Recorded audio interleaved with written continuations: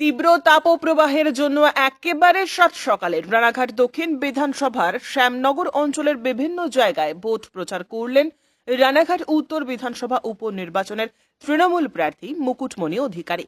এদিন তার সঙ্গে ভোট প্রচারে উপস্থিত ছিলেন তৃণমূল কংগ্রেসের রানাঘাট সাংগঠনিক জেলার মহিলা তৃণমূলের সভানেত্রী বর্ণালী দে রায় এবং একাধিক তৃণমূল কর্মী সমর্থকেরা। এদিন ভোট প্রচারে বেরিয়ে বিজেপিকে কটাক্ষ করতেও ছাড়েননি তৃণমূল প্রার্থী।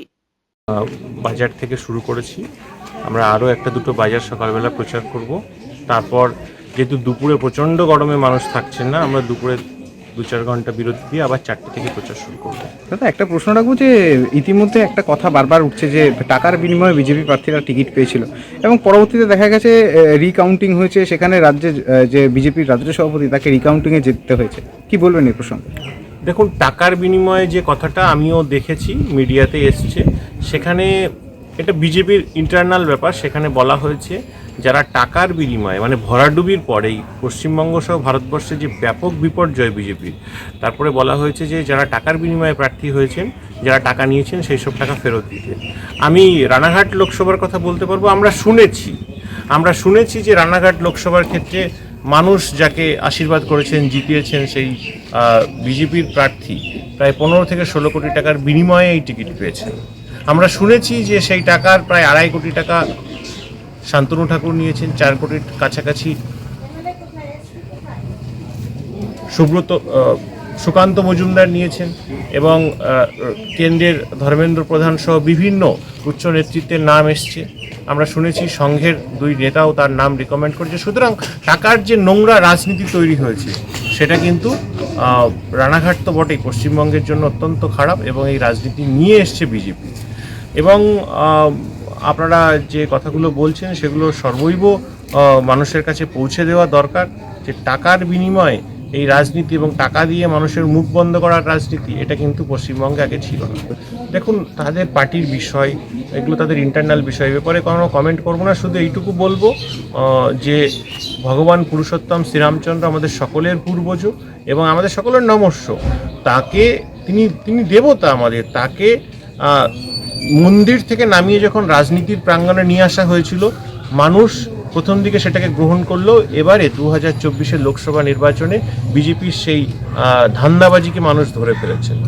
তো সেই জায়গায় দাঁড়িয়ে মানুষ তাদেরকে প্রত্যাখ্যান। আপনি এখানকার বিধায়ক ছিলেন, সেটা অ্যাডভান্টেজ না ডিসঅ্যাডভান্টেজও হতে পারে, কোনটা মনে হয়? আমি তো মনে করবো এটা অ্যাডভান্টেজ, কারণ মানুষের কাছে আমরা করজোড়ে বিনতি করছি, মানুষের কাছে যাচ্ছি। মানুষ কিন্তু 2024-এ যে বিজেপিকে জিতিয়েছেন, অনেক মানুষ ভোট দিয়েছেন, তারা কিন্তু তাদের ভুল বুঝতে পেরেছেন যে আলটিমেটলি কোনো ডেভেলপমেন্ট 5 বছরে হয়নি, জগন্নাথ সরকার বিজেপি করেনি, আগামী 5 বছরে কিছু করবে না। সুতরাং তাদের কাছে আমার করজোড়ে বিনতি, রাজনীতির ঊর্ধ্বে উঠে এবারের উপনির্বাচন মমতা ব্যানার্জি উন্নয়নের সাথে থাকে। এই যে বাই ইলেকশন সম্পর্কে বলা হয়, এটা বেশিরভাগ ক্ষেত্রে শাসক দলের নাকি পক্ষের ভোট হয়, এটা কি কারণে হয়? হওয়া উচিত, কারণ কি এখানে রাজ্য সরকারের পরিবর্তন হচ্ছে না, আর পশ্চিমবঙ্গে তো আগামী 20 বছর পরিবর্তনের কোনো সম্ভাবনা নেই। বিজেপি মানুষ দূর তক কোনো আশা দেখতে পাচ্ছেন না। সুতরাং সেই জায়গায় দাঁড়িয়ে ভোটটা নষ্ট করা, এবং বেসিক্যালি বিজেপি তো উদ্বাস্তু মতুয়া রাজবংশী সমাজকে ব্যবহার করছেন, সেই সমাজ জেগে উঠেছেন। আপনারা যদি দেখেন পূর্ব বর্ধমান মতুয়াদের একটা বড় অংশ, মতুয়াদের গড়।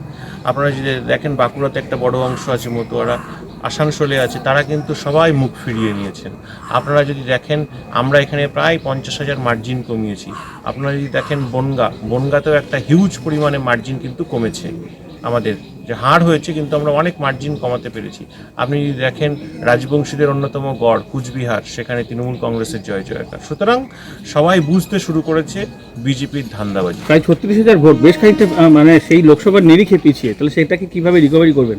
আমরা মানুষের কাছে যাচ্ছি, আশীর্বাদ প্রার্থনা করছি। মানুষ যেভাবে রেসপন্স দিচ্ছেন তাতে আমাদের মনে হয় যে ভোটটা আমাদের 18,000 আরও কভার করতে হবে, তাহলে আমরা 36,000 প্লাস যেটা আমাদের লস হয়েছে সেটা রিকভারি করতে পারবো। সেটা আমরা আপ্রাণ চেষ্টা করব। লোকসভার নিরিখে যেটুকু বা আগোছালো ছিল, শঙ্কর সিং আসার পরে বা দায়িত্ব পাওয়ার পরে বা তিনি নিজের হাতে ব্যাটন নেওয়ার পরে কি মনে হচ্ছে যে আরও ভালো হবে অনেকটাই? দেখুন, শঙ্কর সিং নামটা দক্ষিণপন্থী আন্দোলনের একটা উজ্জ্বলতম নাম।